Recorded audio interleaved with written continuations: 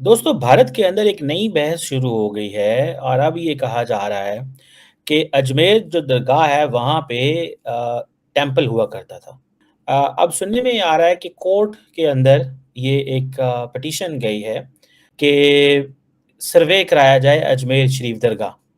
ये जो संभल जामिया मस्जिद है, ये तो अब क्लेम यही किया जा रहा है कि यहाँ पे एक हरिहार कोई टेम्पल था और संज्ञान वापी वापी जो है मस्जिद, वहाँ भी ये क्लेम किया जा रहा है। वजीर आजम बनने के बाद ये मोदी कहले कि और आपे से बाहर हो गया।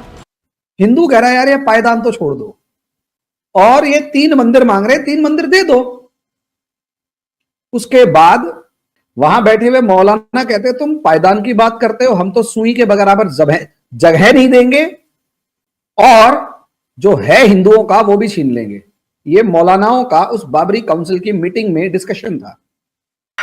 कश्मीर के एक जाने माने लीडर होते थे सैफुद्दीन सोज, उन्होंने कहा कि पायदान के चक्कर में तुमने इस हिंदू को जगा दिया है, अब ये तुमसे हर वो चीज छीनेगा जो तुमने 1200 साल में बनाई है और तुमसे 1100-1200 साल का बदला लेगा और तुम कुछ नहीं कर पाओगे।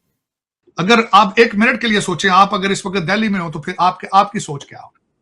हेलो दोस्तों, स्वागत है आप सभी का एपी गन चैनल पे। तो फ्रेंड्स, आइए देखते हैं पाकिस्तानी मीडिया की लेटेस्ट वीडियो। तो दोस्तों, इस समय पाकिस्तानी मीडिया के अंदर बात हो रही है भारत के अंदर अजमेर दरगाह शरीफ के ऊपर जो कोर्ट ने मंजूरी दी है कि इसको सर्वे कराया जाए, जिसके ऊपर पाकिस्तानी मीडिया के अंदर हाथ हवा मची है और पाकिस्तानी ये इल्ज़ाम लगा रहे हैं कि भारत के अंदर मुसलमानों पर जुल्म हो रहा है। लेकिन सवाल ये है कि पाकिस्तानी सिर्फ भारत के ऊपर नहीं बल्कि पाकिस्तानी तो लगभग दुनिया के हर उस देश के ऊपर यह इल्ज़ाम लगाते हैं जो देश नॉन मुस्लिम देश होता है, यानी जो देश मुसलमान धर्म का नहीं है सिवाय एक देश को छोड़ करके, और वह है चाइना। जबकि हकीकतन देखा जाए तो जितना मुसलमानों के ऊपर जुल्म खुद पाकिस्तान के अंदर और उन सो कॉल्ड मुस्लिम देशों में हो रहा है, बल्कि इसके उलट दूसरे देशों में तो मुसलमान आज़ादी के साथ जी रहे हैं। और रही भारत की बात, तो पाकिस्तानी मीडिया भारत के अंदर बैठे उन मुल्लाओं और खुद मुसलमानों को जो सो कॉल्ड नेता हैं उनके बयान आए दिन टीवी पर देख ले तो उनको समझ में आ जाएगा भारत के मुसलमान कितने दबे हैं। और जो पाकिस्तानी मीडिया बोलती है कि भारत के मुसलमानों को बोलने की भी आज़ादी नहीं है, क्योंकि आए दिन पाकिस्तानी मीडिया यही चिल्लाती रहती है कि भारत के अंदर मुसलमान जो कि माइनॉरिटी में हैं उन पे जुल्म हो रहा है। जबकि हकीकत यह है कि भारत के 20-22 करोड़ मुसलमान जनता जो कि खुद पाकिस्तान के बराबर है, कहीं से भी माइनॉरिटी में नहीं आते हैं।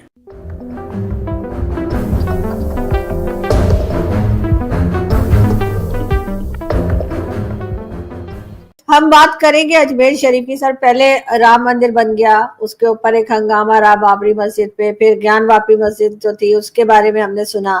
अब अजमेर शरीफ, अब वहां से शिव जी का मंदिर बताया जा रहा है। ये सिलसिला कहाँ जाकर रुकेगा? कश्मीर के एक जाने माने लीडर होते थे सैफुद्दीन सोज, उनका एक स्टेटमेंट था अर्जू जी। उन्होंने कहा, जब ये मिटे और वो बाबरी काउंसिल के मेंबर भी होते हैं, तो उन्होंने बाबरी काउंसिल में एक बात कही और वो ये सिंपल वर्ड्स में कहा कि देखो, आपको पाकिस्तान मिल गया, दो देश मिल गए, मुसलमानों को कहा 2 देश मिल गए, हिंदुस्तान में तुमने 3 लाख मस्जिदें बना ली, तुम इतने ताकतवर हो कि तुम जिस तरफ वोट डाल दो पलड़ा उस तरफ जाता है और सरकार बन जाती है। तुमने 40,000 मंदिरों के ऊपर मस्जिदें बना रखी और हिंदू कुछ नहीं बोल रहा। एक टूटा हुआ सा ढांचा है जिसे उसने डोरमेट कहा, वो पायदान बच गया है और तुमने सारा सब कुछ कब्जा लिया। और तुमने दुनिया में और कोई कंट्री में ऐसा नहीं मिल सकता था जो इंडिया में है, तुमने सब ले लिया, एक पायदान बचा हुआ। हिंदू कह रहा है यार ये पायदान तो छोड़ दो, और ये 3 मंदिर मांग रहे हैं, 3 मंदिर दे दो। वहां बैठे हुए मौलाना कहते तुम पायदान की बात करते हो, हम तो सुई के बराबर जगह नहीं देंगे और जो है हिंदुओं का वो भी छीन लेंगे। ये मौलानाओं का उस बाबरी काउंसिल की मीटिंग में डिस्कशन था। अब आप सोचिए, तो उन्होंने उठते हुए कहा था कि तुमने उस पायदान के चक्कर में इस हिंदू को जगा दिया है। बात है 1990-91 की।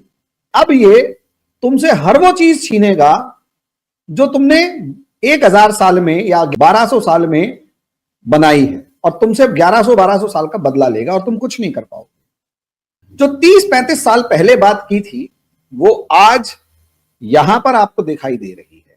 लोग इसे मानने को तैयार नहीं है, लेकिन मैं कहता हूं असलियत में मामला यही है। कि हमने सिर्फ 3 मंदिर मांगे थे, अयोध्या, काशी, मथुरा। विश्व हिंदू परिषद कहती है 40,000 मंदिर हैं जिनके ऊपर आपने मस्जिदें बना रखी हैं, वो ऑन रिकॉर्ड हैं, सिर्फ 3 मंदिर दे दो, उसके बाद हम कभी कुछ नहीं मांगेंगे आपसे। और मुझे याद है, मैं बरेली के अंदर एक क्लास ले रहा था आरजू जी, उसमें एक स्टूडेंट जियाउद्दीन नाम का लड़का था, और वो, ये बात 2019 की ही है जब ये फैसला आया था। अयोध्या, काशी, मथुरा हिंदू समाज में, हिंदूज में वही स्टेटस रखते हैं जैसा मक्का, मदीना या काबा आपके लिए रखते हैं। मुझे याद है आज भी उस बच्चे की जो नजरें थी, एक बड़े तीखी नजरों के साथ और तीखी भाषा में कहा कि सर बुत परस्ती के लिए तो 1 इंच जमीन नहीं दी जा सकती। मैं कुछ सेकंड्स के लिए शॉक्ड था उस बच्चे को देख के। यूपीएससी की तैयारी करने आया हुआ है, और ये माइंडसेट अगर उस स्टूडेंट का है तो ये माइंडसेट हिंदुस्तान में रहने वाले, इनफैक्ट पाकिस्तान, बांग्लादेश में रहने वाले हर मुसलमान का भी तो है।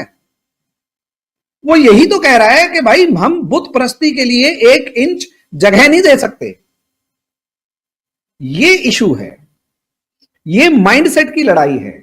और दूसरी बात, ये माइंडसेट खत्म नहीं हुआ है। मैं बार बार अलग अलग चैनल्स पर कह रहा हूं कि असलियत में हिंदुस्तान के अंदर जो मुसलमान बचे थे वो लोग थे जिन्होंने असलियत में पाकिस्तान का सपना देखा था। पाकिस्तान का सपना लाहौर, कराची, इस्लामाबाद, पेशावर, रावलपिंडी, मुल्तान में नहीं देखा गया था। पाकिस्तान का सपना असलियत में देखा गया था अलीगढ़ मुस्लिम यूनिवर्सिटी में, लखनऊ के नवाबों ने देखा था। तो जब पाकिस्तान का सपना देखने वाले थे, जब उन्हें लगा कि अंग्रेजों ने वो पाकिस्तान बनाया है, वो मतलब जो उन्होंने मांगा था वो तो पाकिस्तान मिला नहीं। वो तो चाहते थे उत्तर प्रदेश वाला जो इलाका है वो पाकिस्तान बन जाए, और इन्हें उम्मीद थी कि पूरे का पूरा पंजाब, हरियाणा, उत्तर प्रदेश, हिमाचल, उत्तराखंड, जम्मू कश्मीर, बिहार से लेकर बंगाल तक सब कुछ पाकिस्तान में होगा। लेकिन ऐसा हुआ नहीं। इंडिया में जो रहने वाले मुसलमान हैं, जब देखा कि अंग्रेजों ने इनके साथ धोखा कर दिया, तो अब इन्होंने अपनी पलटी मारी। पलटी मार के नेहरू और गांधी को पटाया, तो इमोशनल होके सबसे पहले तो वो रह लिए जी, हाँ प्रोटेक्शन भी मिल गई। 1954 में कानून बनाया, प्लानिंग करके वक्फ एक्ट बनवाया कि हमारी जितनी प्रॉपर्टीज मुसलमानों की हैं वो वक्फ की प्रॉपर्टी हो गई। ठीक है, कि वहां से प्लानिंग हुई है 1954 एक्ट से, कि असलियत में वक्फ प्रॉपर्टीज असलियत में हिंदुस्तान की जमीनों पर कब्जा कर करके लैंड जिहाद का मामला था। अब प्रॉब्लम ये आई 2014 से पहले जितनी भी गवर्नमेंट्स थी वो मुसलमानों के सामने झुकती थी, उनकी बातें मानती थी, मना लेती थी, और मुसलमान जरा सी धमकी देते थे तो वो घबरा जाती थी। ये सरकार मुसलमानों से घबराती नहीं है। वोट नहीं देते कोई बात नहीं, क्योंकि मुसलमानों ने इसे कह के पका दिया कि हम बीजेपी को वोट नहीं देंगे, तो बीजेपी कहती है अब हमें तुम्हारे वोट चाहिए भी नहीं।